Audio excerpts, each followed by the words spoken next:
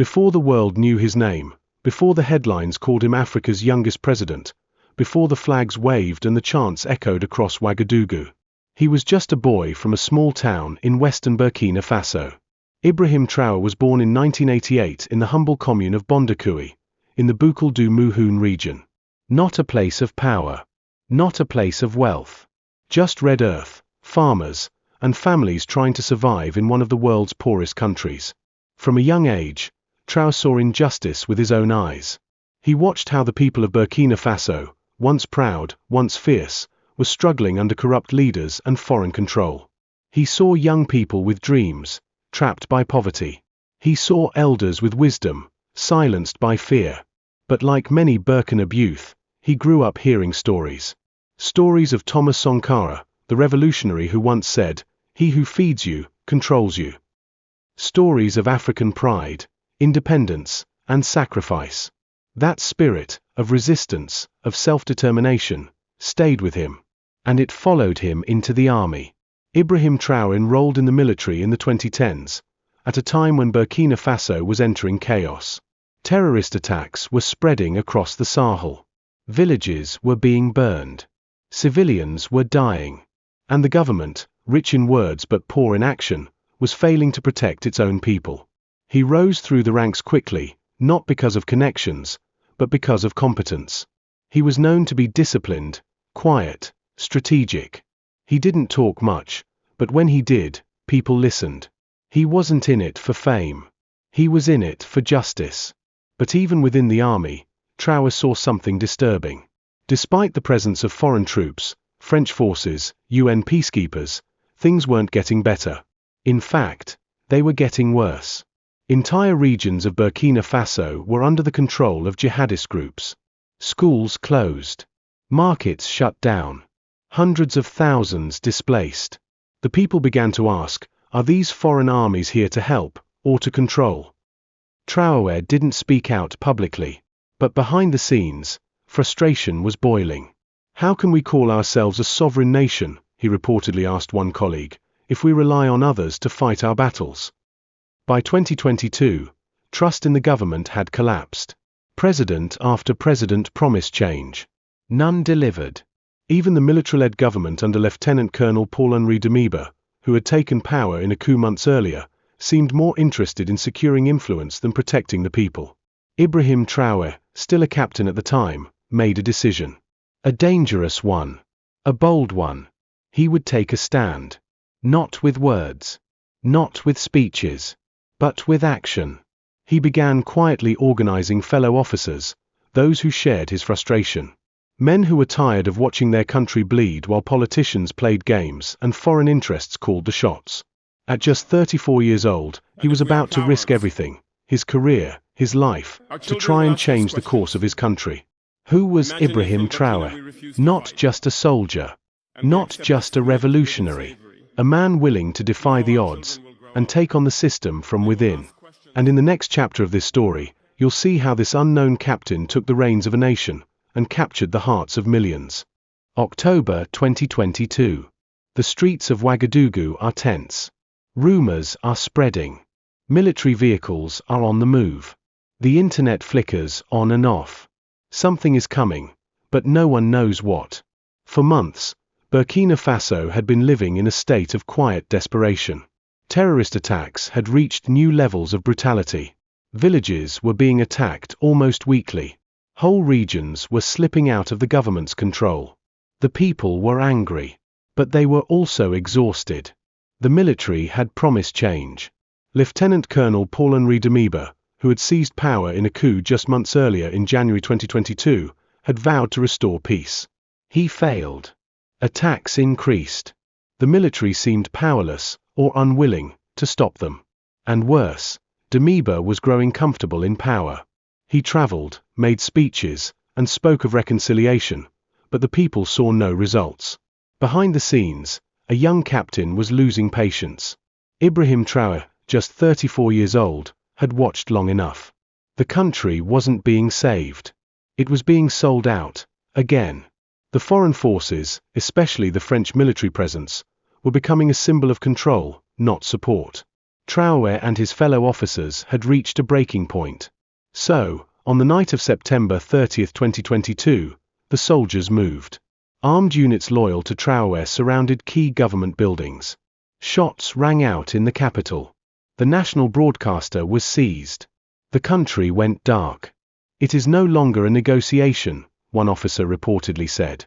"It is a rescue mission." By the next morning, Ibrahim Traoré was on national TV. Calm, in his military fatigues, beret low over his brow, he announced to the people of Burkina Faso that Damiba had been removed. "We have decided to take our responsibilities, driven by a single ideal, the restoration of security and the integrity of our territory." The reaction was immediate and electric. He was seen as a hero, a patriot, a warrior who had finally stood up to corruption and foreign control. In a continent where coups often bring fear, this one brought hope. Why? Because Traoré was different. He didn't rush to meet diplomats. He didn't call for elections. He didn't ask for legitimacy from the West. He earned it from the people. Many compared him to Thomas Sankara, the legendary revolutionary who once led Burkina Faso in the 1980s. Sankara too had come to power young, rejected colonial influence, and preached self-reliance. Sankara had been assassinated in 1987, but his spirit was back. And this time, it wore camouflage. The message was clear. We are no longer France's backyard. We are our own nation. And we will fight for it. But the coup also came with risk. The international community condemned it. Western powers threatened sanctions. Media outlets questioned Traoré's legitimacy. And most dangerously, enemies inside and outside the military began to plot. Still, Traoré stood firm. He didn't flinch. He didn't apologize. He spoke plainly to his people. "The fight will be hard. The road will be long. But we will take back our land, with our own hands." That moment, one man, one voice, one revolution, sparked something across Africa. From Mali to Niger, young people began asking, "Where is our Ibrahim Traoré?" Most leaders, when they seize power, start to change. They trade boots for suits. They trade fire for diplomacy. They trade promises for power. But Ibrahim Traoré didn't change. In fact, he shocked everyone. From the moment he took control, Traoré broke the rules of what a modern African head of state is supposed to look and act like. He refused to live in luxury. He refused to be called His Excellency. He refused to even wear a formal suit. Instead, he kept his military fatigues and burgundy beret, symbols of discipline and humility. He turned down a presidential salary and insisted that every franc spent by the government must serve the people. And this wasn't just for show. "If we have to lead, we must do so by example," he said. "We cannot ask our people to suffer while we enjoy comfort." His message was clear: Burkina Faso comes first. But what truly set Traoré apart wasn't just his image, it was his bold break from foreign control. Just months into his leadership, Traoré ordered French troops to leave Burkina Faso. A stunning move. For decades, France had maintained a military presence in the region, supposedly to help fight terrorism. But many Burkinab, and Traoré himself, believed that presence had done more harm than good. "If foreign soldiers cannot stop the killings," Traoré asked, "why are they here?"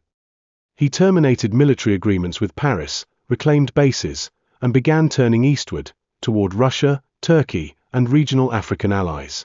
Some called it dangerous. Others called it liberation. This wasn't just a military shift. It was a diplomatic revolution. For decades, African leaders had walked carefully, balancing between old colonial powers and new global giants. Traoré walked with no fear. He also made clear that the fight against terrorism would no longer be outsourced. Burkina Faso would rebuild its own forces, train its own fighters, defend its own land, with or without Western approval. In one powerful moment, he addressed the nation and said, "If we must die, let it be with dignity. We will not be slaves on our own soil." His words echoed across the continent. Traoré's humility, his anger, and his vision struck a nerve, especially among Africa's youth. In a world full of polished politicians, Ibrahim Traoré was raw, real, and ready to fight. They saw in him not just a leader, but a symbol of resistance against neo-colonialism, courage in the face of global pressure, and hope that Africa can rise without bowing. But with every bold move, the threats grew louder. Whispers of assassination plots, disinformation campaigns online, quiet attempts to isolate Burkina Faso economically. Still, Traoré didn't back down. Instead, he made one of his most controversial statements yet. Burkina Faso will never kneel again. We are not afraid of sanctions. We are afraid of betrayal. In a world of compromise, he chose confrontation. In a continent too used to begging, he chose to build. He was not perfect. He was not safe. But he was different. And as the world watched, one question grew louder. Is Ibrahim Traoré the start of Africa's new era, or the next target for destruction? Every great revolution meets resistance. And for Ibrahim Traoré, that resistance is growing, louder, sharper, and more dangerous. Because when a young leader refuses to bow to power, the system doesn't go quiet. It strikes back. From the moment Traoré kicked out French troops, severed old alliances, and aligned with new partners like Russia, he became a target, not just of bullets, but of narratives. The same countries that ignored Burkina Faso's suffering for years suddenly began issuing warnings, condemnations, and carefully crafted threats. They said democracy was under attack. They said Traoré was a puppet of Moscow. They said the coup was dangerous for regional stability. But to many Burkinab, these were not concerns, they were familiar tricks.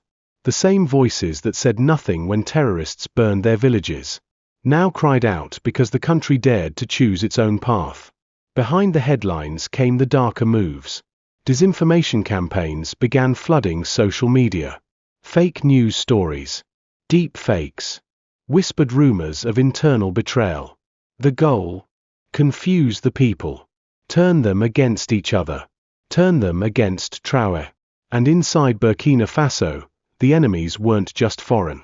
Old elites, pushed out of power, began plotting in the shadows. Businessmen who once thrived on foreign contracts found themselves cut off. Politicians, once silenced, began to whisper again, hoping to divide the new leadership. But the most chilling threat came from within the military itself. Traoré may have led the coup, but not every soldier stood with him. In early 2023, security sources reported at least 2 assassination plots.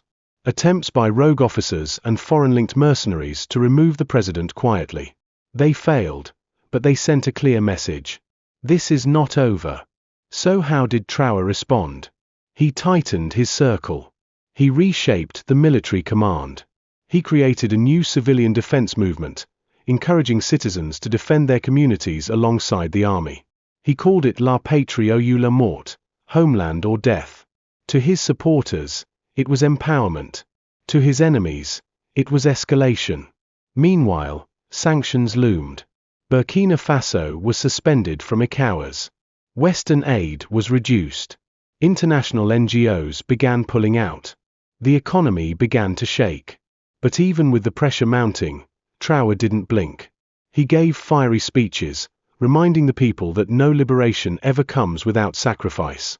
We will suffer today so our children don't have to suffer tomorrow, he declared. In the streets, young people carried signs reading, "Sanctions won't feed us. Freedom will." But every day, the risks grow. Foreign intelligence services monitor him. Terrorist groups offer bounties. And former allies become quiet enemies. He walks a tightrope, with one foot in history, and the other on a minefield. Ibrahim Traoré may be Africa's boldest new leader, but he is also its most endangered. One wrong move. One trusted person turning traitor. One foreign intervention. And it could all end, just like Sankara. Most presidents are remembered after they leave office. But legends are made while they're still breathing. And whether the world likes it or not, Ibrahim Traoré is becoming just that, a legend. But this legend wasn't built by government PR or state-controlled media. It wasn't manufactured by foreign endorsements or billionaire donations. It was built in the streets.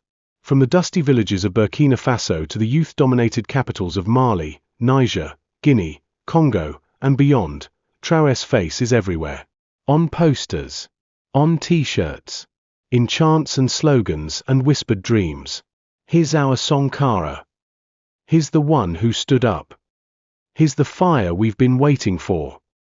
For a continent where leaders often grow old in power, detached, protected, and distant, Traoré is the opposite. He's young. He's fearless. He walks among his people. He speaks their language, direct, emotional, unapologetic. In one village, when asked why he still wears his military uniform instead of presidential robes, he responded simply, "Because the war is not over, and I fight with my people, not above them." This humility, this militancy, this rebellion, it ignites something deep in Africa's youth. Because they too are tired. Tired of being lectured by foreign powers. Tired of watching their resources stolen.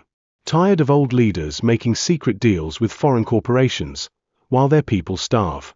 Traoré became a symbol of the opposite. He cut ties with France. He rejected Western debt. He demanded local control of gold, land, and governance. And most importantly, he said it to their faces. He called out neo-colonialism, hypocrisy, and puppet governments. He inspired other nations to follow. Mali, Niger, Guinea, Chad.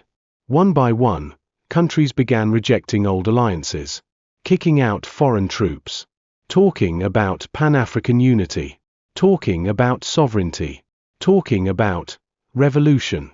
And they weren't quoting Marx or Mandela anymore. They were quoting Ibrahim Traoré. Our land is ours. Our future is ours. We will rise together, or not at all. He is more than just a Burkinab leader now. He is becoming a continental archetype. The revolutionary commander. The defender of African dignity. The enemy of empire. Some are even calling for him to lead a United States of Africa.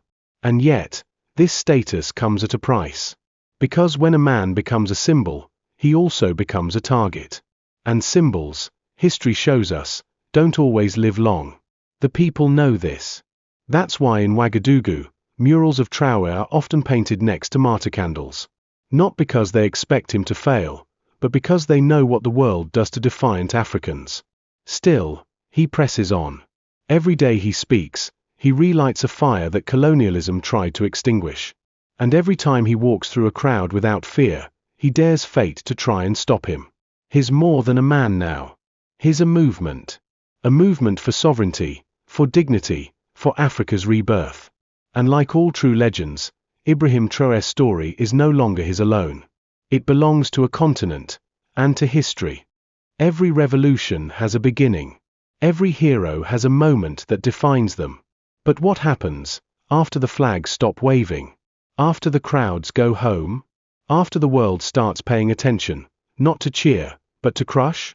For now, Ibrahim Traoré still stands. Young, sharp-eyed, beret pulled tight, surrounded by a growing movement, but also surrounded by shadows. The road ahead is more dangerous than anything he's faced before. Because winning a coup is easy. Winning peace is hard. And building a new system from the ashes of betrayal, that takes more than slogans. It takes vision, grit, sacrifice. The enemies haven't gone away, they've just changed shape. Terrorist groups are still attacking the countryside. Foreign powers are now working silently, through trade, sanctions, media, and diplomacy, to isolate Burkina Faso. And perhaps the greatest threat of all? Time. Traoré is still popular. But popularity fades. Food prices rise. Infrastructure remains weak. Young people want results, not just speeches. Can Traoré deliver lasting security?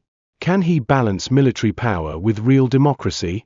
Can he avoid the fate of other revolutionaries who became exactly what they once fought against? These are the questions echoing in every African capital now.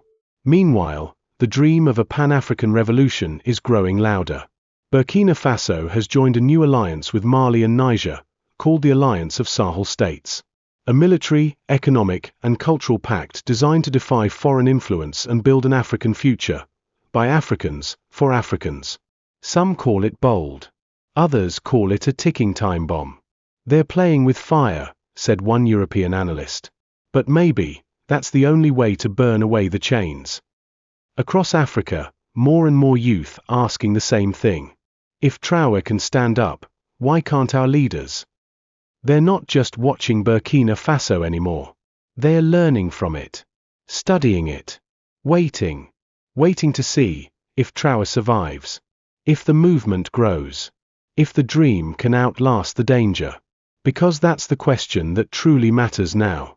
Will this be another African tragedy, a young visionary silenced before his time? Or the first chapter of Africa's rebirth? The answer: only time will tell. But one thing is clear. Something has changed. The silence is broken. The youth are awake. And the fire that Traoré lit is no longer his to control. It belongs to a generation, to a continent, to the future. Final shot suggestion: Traoré standing on a hill at sunset, wind blowing, flag in background, then slow fade to black. This is not the end. It's the beginning. Well, if you believe Africa deserves true independence, share this video. The world needs to hear Ibrahim Traoré's story.